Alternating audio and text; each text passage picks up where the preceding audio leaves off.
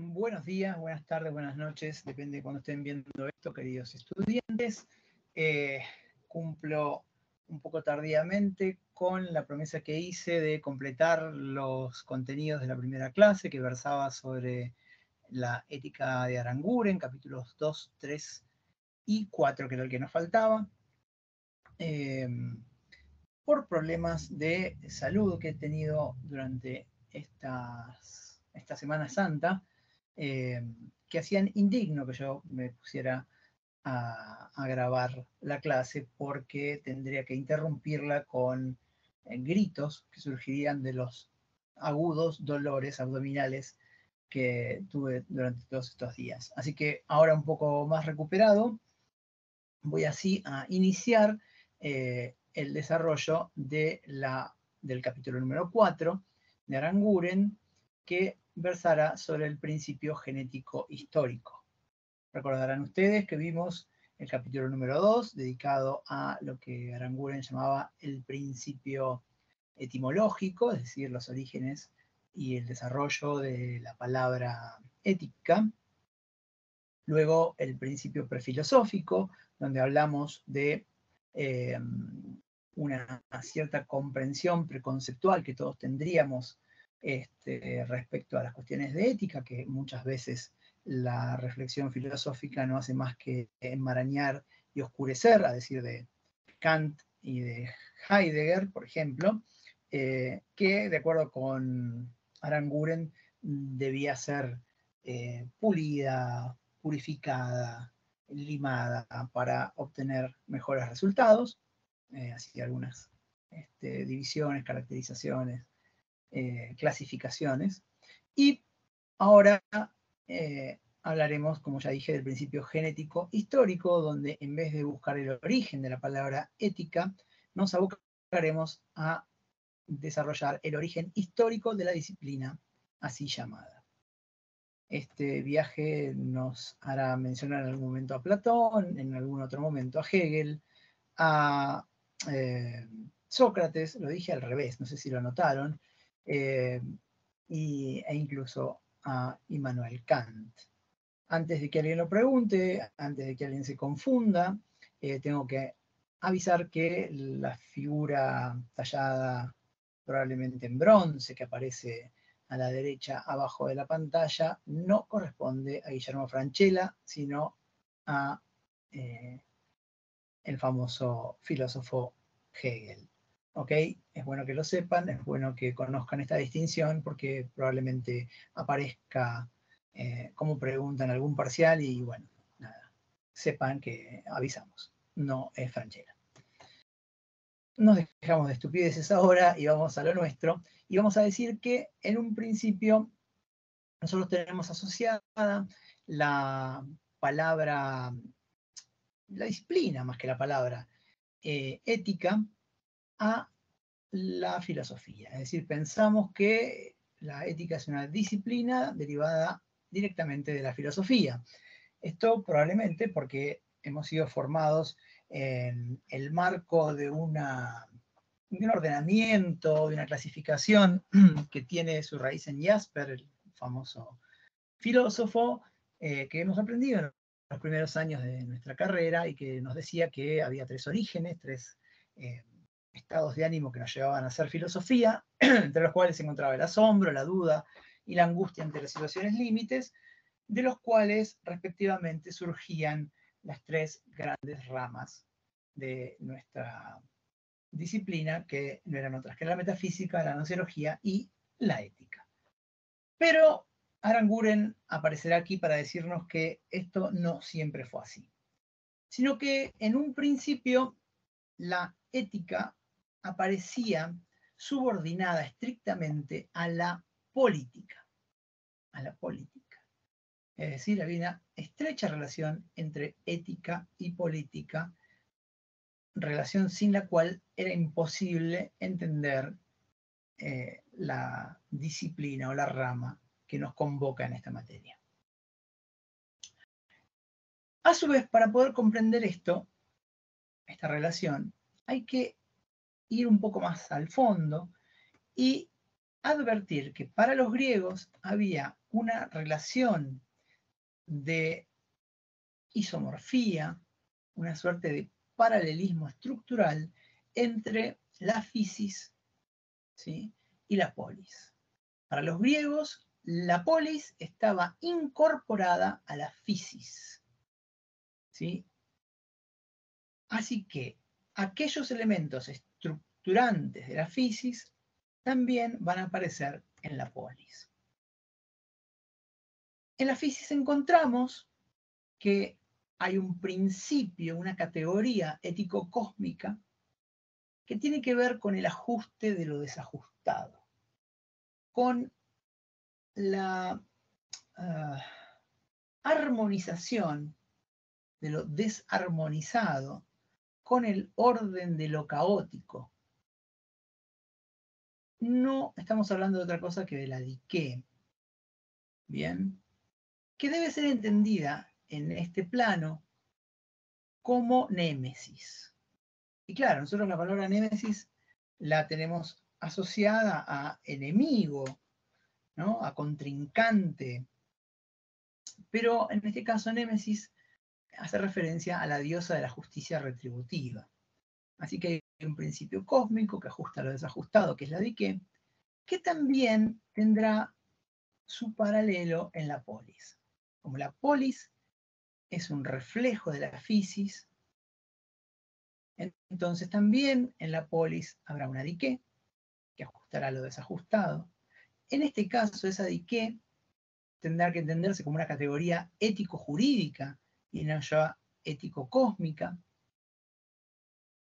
que se va a manifestar como justicia, ¿sí?, y que tendrá que, a su vez, incorporarse esta interpretación a el concepto de justicia, como dar a cada quien lo que le corresponde. En ambos casos, physis y polis, la diké se materializará, se concretará en o a través de el nomos. El nomos.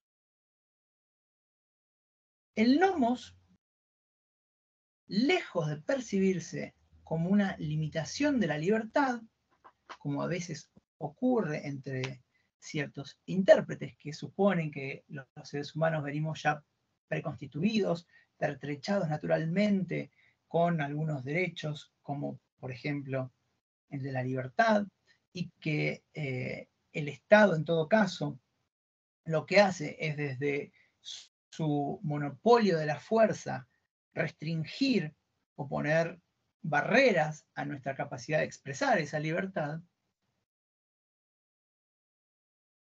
Los griegos van a entender esto de un modo absolutamente diverso. Porque en esta concepción, el nomos no solo no es, como decíamos antes, una limitación de la libertad, sino aquello que hace posible la libertad. Porque el nomos, tanto a nivel jurídico ético como ético cósmico, decíamos, es lo que ajusta lo desajustado. Y si el nomos permite hacer esto, nos permite entonces no estar sometidos a lo injusto, que sería la única forma, o la forma privilegiada por excelencia, de no poder ejercer la libertad. Entonces el nomos es habilitante de la libertad, no restringente de la libertad.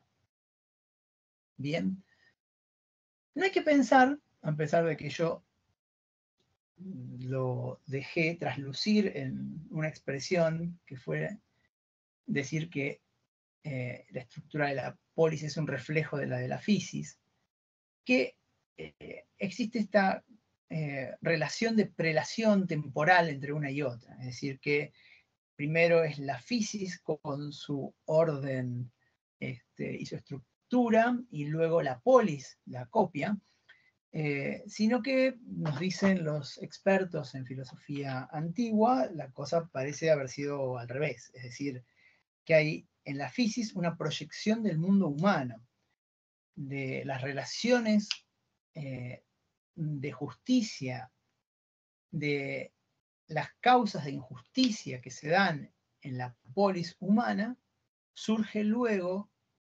el modo en que comprendemos la fisis.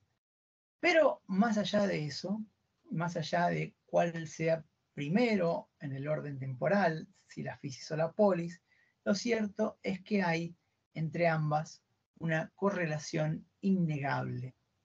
Bien.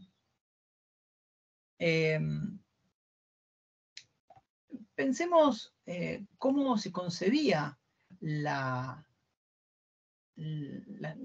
leyes en otra época. Para un griego, vivir sin nomoi, sin leyes, era hacerlo como lo hacían las bestias irracionales. Por ejemplo, los cíclopes. ¿Recuerdan esa figura mítica que tiene un solo ojo frente a la... o en medio de la frente, mejor dicho? Bueno, estos cíclopes, cada uno vivía con su propia familia, según la mitología, pero no tenían vínculos entre sí. ¿Bien? Pero nosotros, los seres humanos, no nos podemos pensar por fuera de la polis.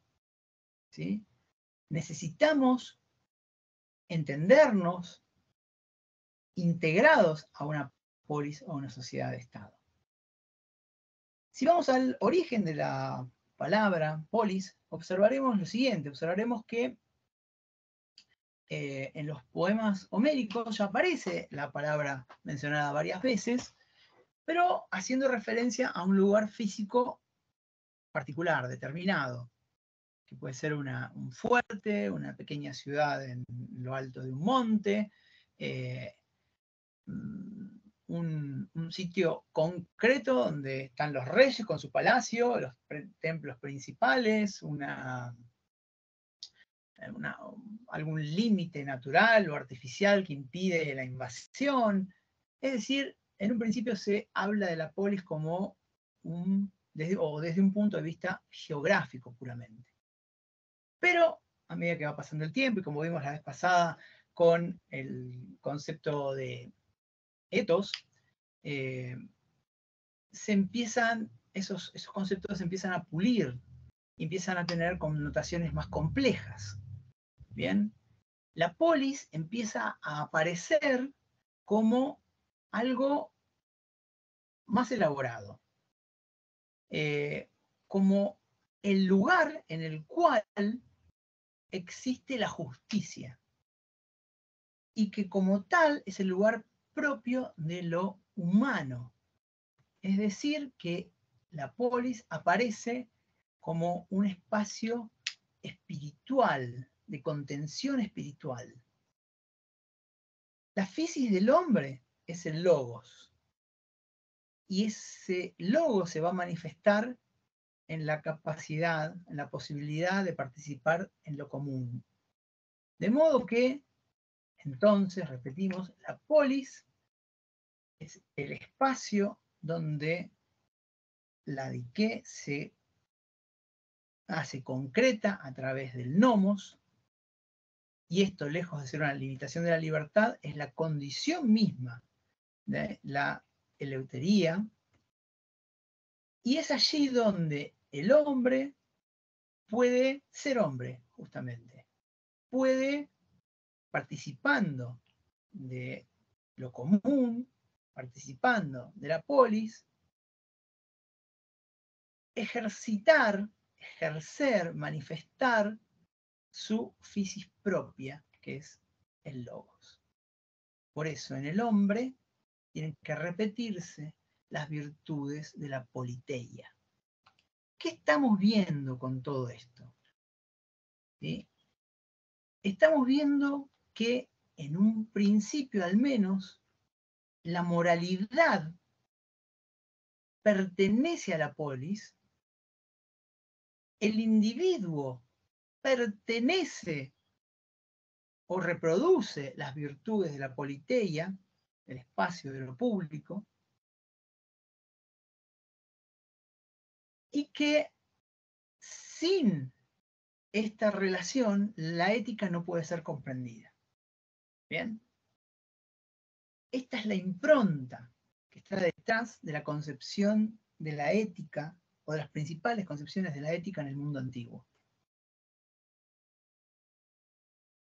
Y esto lo vamos a ver manifestado en la lucha de Platón. Platón, que aquí aparece en esta famosa pintura, que es La muerte de Sócrates, a la izquierda, con la cabeza agacha, una mano sobre la otra, quizás sobre un libro, compungido por lo que está sucediendo. Porque para Platón, este hecho particular que fue retratado aquí y que se puede visitar en el Museo Metropolitano de Nueva York, el momento de la condena a Sócrates es la mostración más cabal, junto con el individualismo que profesaban los sofistas, del total fracaso del nomos de la polis. Percibe entonces Platón que ese individualismo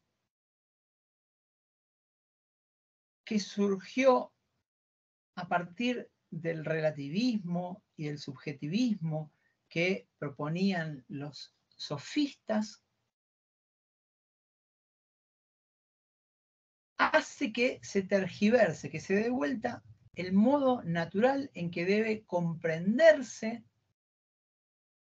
la ética. Porque la ética tiene que estar, la ética individual, el hombre, tiene que estar subsumido en la polis. Y aquí estamos asistiendo a un momento en el cual es el hombre el que está encima de la polis.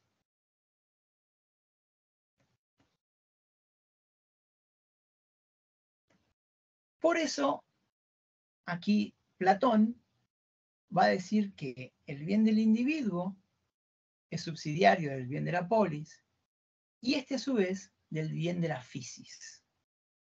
O sea, es la polis el sujeto de la moral, y no el individuo como está empezando a percibir Platón que pasa en su tiempo. Por eso va a insistir en que la virtud suprema debe ser la dikaiosine, nunca me sale decirlo en un solo intento. Dikaiosine. Es decir, la virtud de la diké. ¿Bien? Y de allí vendrá su famosa idea de proponer a los filósofos como reyes. ¿Sí? ¿Por qué lo va a hacer? Porque su idea es que la ética debe ser social. ¿Bien? Que la polis está imbricada en la physis, es el sujeto de la moral y no el individuo. Para quienes no recuerden esta cuestión del filósofo rey, vamos a recurrir a una pequeña pieza audiovisual, muy cortita, muy breve, pero bien realizada, que fue hecha por una eh, subdivisión de la BBC de Londres, que es la BBC 4, que se dedica a generar este tipo de contenidos. En este caso, cómo deberíamos vivir juntos la filosofía, los filósofos reyes de Platón.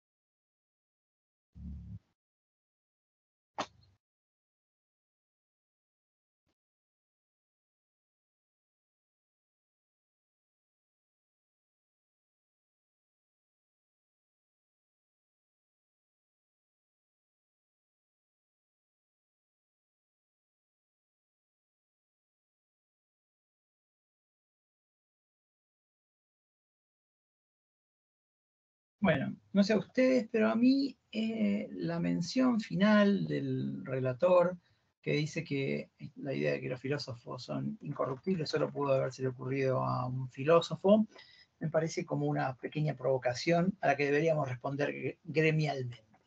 Después lo charlamos. En cualquier caso, lo importante es que la política acaba devorando a la ética, ¿sí? Platón no confía en que los hombres puedan llegar por sí mismos a la virtud y por eso propone un sistema legal y un gobierno oligárquico que encauce a la sociedad a la realización de los fines morales. Los hombres no pueden llegar a la virtud por sí mismos, es decir, a través de la dialéctica, sino solo por retórica, por encantamiento. Entonces, la ética es subsumida completamente por la política. Y la misma tradición, la misma forma de ver las cosas aparecerá en Aristóteles. Para Aristóteles la vida individual solo se puede cumplir dentro de la polis y tiene que ser determinada por la polis. Y así el bien particular se va a sustentar en el bien común. Recuerden esta idea, ¿no? De que un brazo desprendido del cuerpo es un no brazo, del mismo modo que un ser humano salido de la polis, es decir, que no tiene participación en lo común, sería un no humano, ¿no? Esta misma impronta, misma idea, perfeccionada, refinada por Aristóteles, pero que ya esgrimía Platón al advertir que en su tiempo, a través de los sofistas, esto estaba tomando ribetes inaceptables, es decir, que se ponía el individuo por encima de lo común. ¿Cómo funciona esta idea en Aristóteles? Bueno, recordemos que para Aristóteles hay 4 virtudes cardenales, que son la fortaleza, la prudencia, la templanza y la justicia. Las 4, por supuesto, la justicia es la más importante. ¿Y por qué? Porque las otras 3 parecían poder ejercerse por uno mismo. Es decir, que si la virtud está relacionada con la felicidad y uno puede conseguir la fortaleza, la prudencia y la templanza por uno mismo, pareciera que estamos haciendo énfasis en la cuestión individual, particular. ¿Bien? Pero Aristóteles, obviamente, como ya anticipamos, no va a aceptar este posicionamiento. Entonces, pondrá la justicia como de estas 4 virtudes cardinales, como la más importante. Porque nosotros somos seres sociales y la virtud solo la podemos ejercer logrando relaciones de amistad con los demás. ¿Bien? Es más, tenemos que practicar esa virtud y tenemos que educarnos en esa virtud. Es decir que esto que se da en un principio en relación a nuestros amigos, a los prójimos, ¿sí? A los que tenemos más cercanamente, luego es extendido por Aristóteles a un número más grande de personas a través del concepto de justicia. ¿Bien? Justicia que podemos ejercitar a través de la educación. En definitiva, para que se comprenda un poco mejor, lo que hace Aristóteles, según nos cuenta Aranguren, es lo siguiente. Él pasa de la... Ahí está Aristóteles descendiendo desde quizás el topos uranus platónico, y con una estela ígnea para que se diferencie del resto de los mortales, decía, él va a pasar de la amistad al concepto de justicia. Dado que somos seres sociales y que la virtud de la justicia es la principal, no la podemos ejercer solos, para que ésta pueda observarse, para que ésta pueda darse, tenemos que no quedarnos con el grupo que comparte nuestros valores, sino vincularnos y cimentar nuestra unión con otros individuos que tengan formas de concebir el mundo diferentes. Es decir, lo que tenemos que hacer es entrar en el plano de lo político, ¿bien? Porque de este modo podemos cumplir con nuestra naturaleza, que es la de ser animales políticos. Zoon politikon, la famosa expresión que todos conocemos. Bien, entonces, hasta aquí hemos dicho que la ética es concebida en un principio como una disciplina subsumida a la política, donde los intereses transpersonales tienen que ponerse por encima de los individuales, de los personales. Bien, que esto es advertido por Platón y que por eso recomendará que se establezca un gobierno oligárquico, donde sean los filósofos incorruptibles aquellos que dirijan la polis hacia su finalidad ética, señalando de paso cómo esta idea que debería ser la rectora se fue diluyendo en el tiempo y haciéndose visible a través del individualismo al que llevó la acción de los sofistas, y que culmina de alguna forma o toma cuerpo en el juicio y la condena al propio Sócrates. Recordemos también en este punto, si es que no lo hicimos ya, no lo recuerdo, cómo nos pinta esta situación Platón en la Apología, cuando habla de Sócrates, su condena, la posibilidad que se le da a Sócrates de poder transgredir la sentencia de los jueces y escaparse hacia el ostracismo, y cómo Sócrates, quizás en una visión un poco idealizada, se niega a esto argumentando que él pertenece a una polis y que si él es molesto para la polis, primero estará lo comunitario y luego, digamos, subsumido a ello lo individual, aun cuando se trate de uno mismo y de su propia vida. Y luego, hasta aquí hemos visto que Aristóteles recoge el guante, repite la tradición hasta aquí expresada, y perfeccionará esta cuestión hablándonos de ciertas virtudes cardinales, de las cuales 3 parecen poder ejercerse por uno mismo y entonces dar la falsa impresión de que se puede llegar a la virtud sin ayuda de los otros, y una de ellas, que es la justicia, no, porque tiene que ser practicada, aprendida, ejercida junto a otros. Bien, entonces, esto permite que Aristóteles pase desde el plano de la amistad, como primera instancia de socialización, al plano de la justicia, que implica una ampliación de las relaciones entre los seres humanos,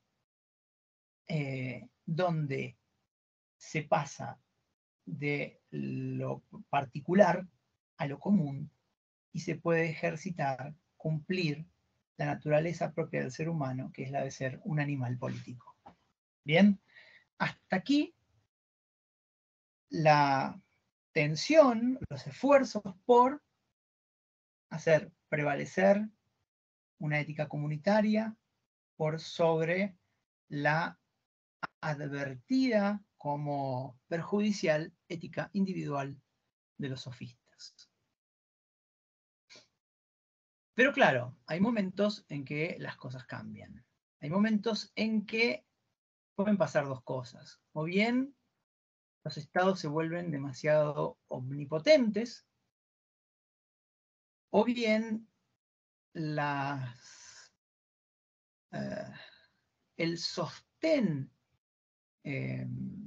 existencial que genera nuestra comunidad política se viene abajo por algún motivo. Esto sucedió cuando comienza el periodo helenístico. Y este periodo, este último periodo del Imperio griego, justamente estará caracterizado por la aparición de escuelas éticas, corrientes éticas, que van a tratar de torcer la direccionalidad de la ética desde lo comunitario hacia lo individual. Otra vez aparece esta tensión. Y esto se va a dar en tiempos de estoicos y epicúreos. Bien. Sin embargo, va a decir Aranguren, ambas escuelas, a pesar de lo que ya sabemos por anticipadamente de ellas y lo que veremos más tarde en detalle en las clases que vengan, aunque digo, estas escuelas hagan preponderar lo particular, no dejan, sin embargo, de ser fieles a la tradición platónica. Es decir, intentaran una especie de síntesis entre esta necesidad de reivindicar la libertad interior, por un lado, y por otro lado, la necesidad de participar de las cosas comunes. Claro que lo harán de otro modo. Para Epicuro, para los epicúreos, la sociedad es una creación convencional. Sin embargo, para los estoicos, la sociedad es una comunidad natural. Y el hombre es primeramente miembro del universo. Por esta razón, antes que formar una comunidad de tipo político, el ser humano forma una primera comunión racional y jurídica con los demás seres racionales. Y esto abarca a los dioses y a los hombres. Y como todos los miembros de esta comunidad tienen en común la razón, también tienen que compartir la recta razón. Y la recta razón no es otra cosa que la ley. O sea que el hombre empieza siendo ciudadano del cosmos, se entiende a sí mismo como perteneciendo a la comunidad de seres racionales que a su vez conectan con el cosmos que tiene la misma configuración para recién después formar parte de la comunidad política propiamente dicha. Y como el individuo es solamente una parte más de la comunidad política, tenemos que anteponer la utilidad común a la propia. Es decir, se da en el estoicismo el intento, como dijimos, de reconciliación entre las exigencias de lo individual y de lo transpersonal, es decir, de lo comunitario. Hay un intento de refugiarse el hombre en sí mismo para poder sobrevivir, porque su unidad política, que era justamente la polis, empieza a declinar, porque el piso firme sobre el que se apoyaban sus convicciones, sus creencias, sus costumbres, su ideología, empieza a temblar, a resquebrajarse, como si se tratara de un terremoto. Entonces, se identifica primero con una comunidad mayor, que es la comunidad racional y jurídica de los seres racionales, es decir, se vuelve un ser cosmopolita. Y recién en una segunda instancia adquiere su participación en la comunidad política particular en sí, aquella de la que hablaban Platón y Aristóteles. Es decir, que encontramos en los estoicos un intento de compatibilizar la libertad interior del sabio con el comunitarismo platónico. Aquí se va a ver un poco más en detalle.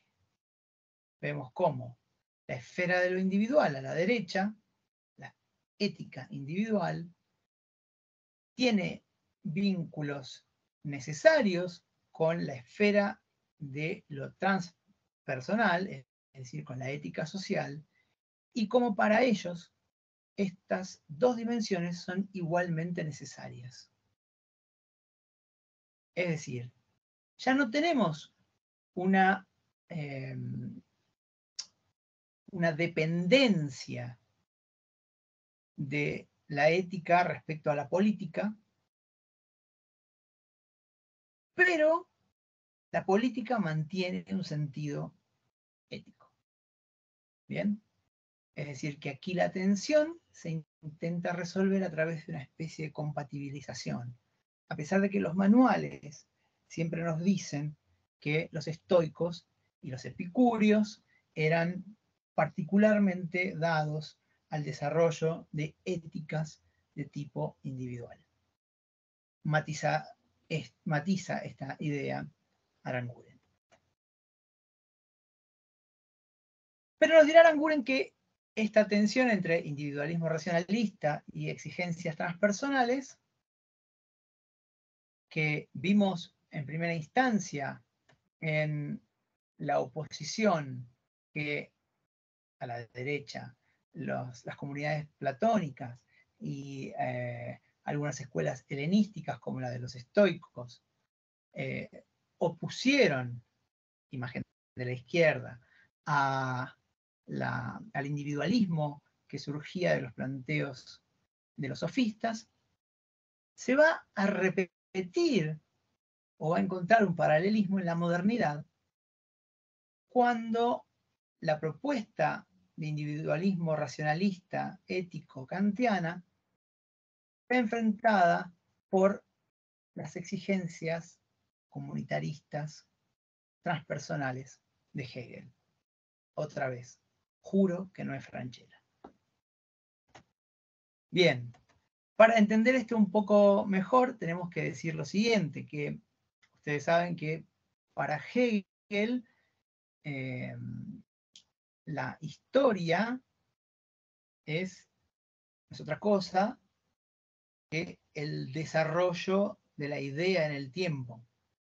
Y que la idea en el tiempo va a pasar por variadas etapas, variadas instancias, donde en algún momento encontraremos el desarrollo del espíritu, que pasará de subjetivo a objetivo, atravesando 3 etapas. Es decir, todo este desarrollo que se va a dar a través de la historia, históricamente, que se va a desplegar históricamente, siempre se va a dar dialécticamente en relaciones donde aparecerá una tesis, una antítesis y una síntesis. El espíritu objetivo entonces pasará por 3 etapas: el derecho, la moralidad y finalmente la eticidad o Sittlichkeit. Para Hegel, la tesis será el derecho. El derecho va a fundarse en la utilidad y en él la libertad se va a realizar hacia afuera, es decir, ¿qué controlan las leyes jurídicas? Bueno, controlan la conducta externa de los hombres. ¿Bien? Pero a eso se le enfrentará algo que él reconoce como un momento sublime a nivel de desarrollo individual, pero no a nivel de desarrollo histórico, que es la aparición de la moralidad. Moralidad que será caracterizada como abstracta por Hegel y que encarnará, como en ninguna otra parte, en la filosofía, o en la ética, mejor dicho, de Kant. ¿Sí? Él hablará de moralidad porque simplemente en Kant encontraremos la interioridad de la conciencia moral, el deber y la intención. Es decir, el bien moral dentro de mí, como dice el propio Kant, ¿sí? Pero separado todavía de lo comunitario. Es decir, un bien no materializado, un deber que funciona a nivel puramente especulativo, teórico. La idea del imperativo categórico kantiano, ¿sí? Todavía es una instancia parcial del desarrollo del espíritu objetivo porque no se concretiza en, en la realidad tangible. Por eso Kant es rigorista, sigue con rigor las normas sin tener en cuenta el ámbito, el espacio de aplicación de las normas. Recordarán ustedes esa famosa réplica que se le ha hecho a la ética kantiana, donde aparecía el caso del amigo que golpeaba la puerta de nuestra habitación en la madrugada, desesperado porque estaba siendo corrido por alguien que lo quería matar. Este experimento mental nos hace pensar que nuestro amigo se esconde en nuestra casa, nosotros cerramos nuestra puerta y al rato golpean, y cuando uno se asoma para ver de quién se trata, es efectivamente el pretendido asesino de nuestro amigo, que nos pregunta si nuestro amigo está allí en nuestra casa o no. La pregunta es entonces si uno tiene que ser rigorista, si uno tiene que seguir al pie todas las normas morales, si tiene que mentir o no. Y Kant contestará que no, ¿no?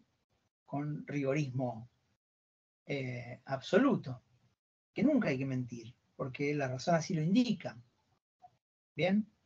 Entonces, claro, lo que sucede allí es que esta forma de concebir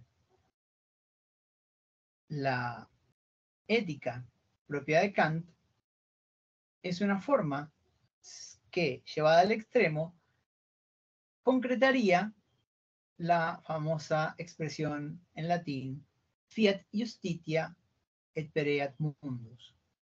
Es decir, que se haga la justicia aunque el mundo se derrumbe. ¿Por qué? Porque todavía no, no ha llegado la etapa en la que se comprende que esa moralidad debe encarnar en una situación concreta, y que esa situación concreta a su vez supone un ethos particular. Eso llegará recién con la síntesis, que se dará entre derecho y moralidad en lo que Hegel llama la eticidad. ¿Bien? La eticidad tiene que ver con la realización del deber en el mundo real, en, en un ethos fáctico. Por eso dice Hegel que el deber no puede oponerse al ser, porque el bien se realiza en el mundo. No podemos separar deber ser de ser. porque sin el ser no hay posibilidad de que se concrete el deber ser. Bien, esto es la eticidad. Para comprender bien esta diferenciación entre eticidad y moralidad, recomiendo fervientemente la lectura de un texto de Desan que aparece entre la bibliografía que ustedes tienen subida a la plataforma, donde este autor primero hace la distinción tradicional entre ética y moral a partir del texto de Maleandi, justamente, donde la ética es la disciplina que estudia filosóficamente la moral, y la moral es el objeto de estudio de la ética. Para luego explicarnos que, a partir de Hegel, estos términos se interpretan de otro modo, y que lo que antes llamábamos ética ahora va a ser llamado moralidad, y lo que antes llamábamos moral ahora va a ser llamado eticidad. Ese texto explica esto muy bien, pero lo hace con una complicación, porque en realidad lo hace aplicando estos conceptos a la comprensión de una cierta pedagogía o con aplicación en asuntos pedagógicos. No está nada mal que ustedes lean todo el texto teniendo en cuenta estas cuestiones pedagógicas, porque serán profesores a la larga o a la corta, y es muy interesante en ese sentido, pero también es cierto que en esta instancia quizás con aquello que debamos quedarnos es con estas distinciones que hace Desan, que son muy útiles para entender esto que estamos explicando aquí, es decir, la renovación del conflicto entre las éticas personalistas, aquí encarnadas por Kant, y las éticas comunitaristas, aquí presentadas por Hegel,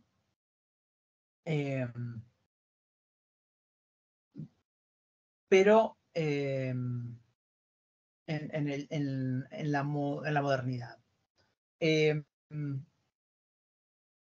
Entonces, recomiendo que lean ese texto, que encuentren ahí estas distinciones. Y decía también, perdón, me perdí en la explicación, que también va a ser muy interesante o les va a servir como marco de comprensión para cuando veamos en alguna de las clases prácticas las réplicas que Hegel hace a la ética kantiana, que justamente vienen por este lado.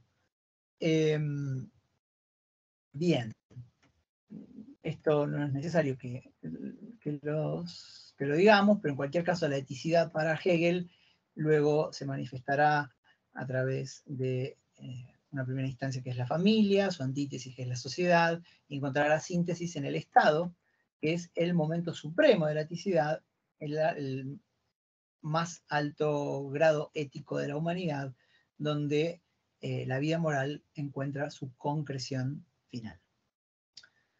Bien, entonces, todo lo que vimos en la primera parte se repite, encuentra un paralelismo en la modernidad a través del conflicto que enfrenta a la moralidad abstracta que propone Kant con la eticidad concreta que requiere Hegel como un paso más en la objetivación en la concreción del espíritu objetivo. Y por último, ya para finalizar, Aranguren nos invitará muy brevemente a volver a colocar este debate, pero esta vez en el siglo XX, que es cuando él escribe, mediados del siglo XX, donde él advertirá, quizás con una gran lucidez, porque nuestro tiempo no ha hecho otra cosa que exacerbar esto que él ya señalaba, que el capitalismo otra vez nos vuelve a colocar en la exigencia del abandono de las éticas comunitaristas o transpersonales, porque se presenta como una ideología que va mucho más allá de lo puramente económico, todo un sistema, toda una cosmovisión, en la cual no se tienen en cuenta las situaciones sociales injustas. Bien, no puede parecerle que capitalismo en realidad no es otra cosa que una especie de, como dije, de sistema económico, de propuesta de organización económica, pero hay mucho más que eso.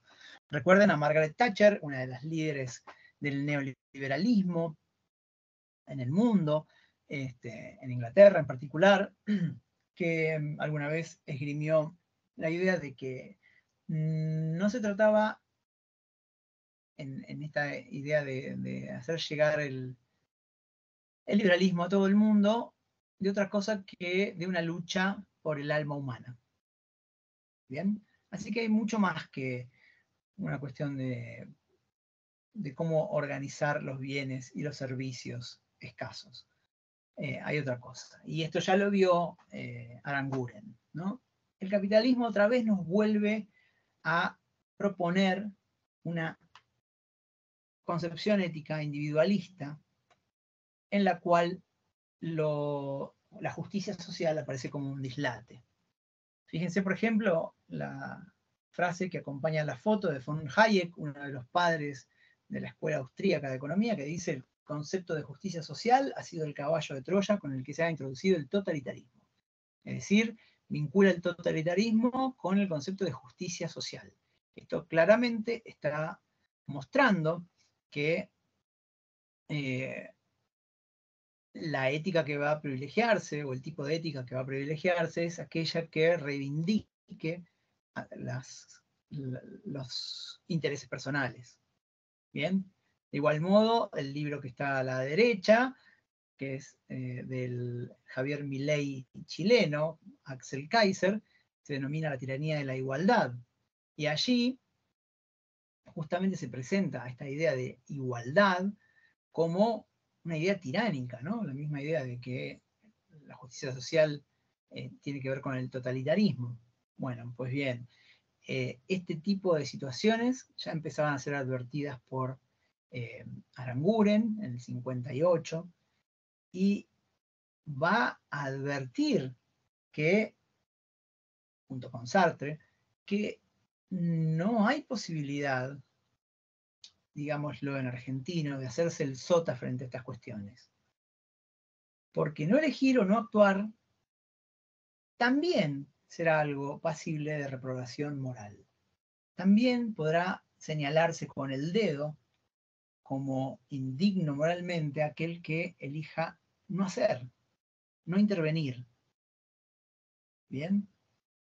Y cerrará con una pregunta que ya, como diría Heidegger, incluye o supone ya una respuesta. La pregunta es si podemos considerar bueno aquellos hombres que aceptan pasiva y silenciosamente las situaciones morales injustas. Esta pregunta, por supuesto, es retórica, y lo que nos está diciendo es que claramente no puede aceptarse como bueno aquel que pretende ser neutro, ¿bien?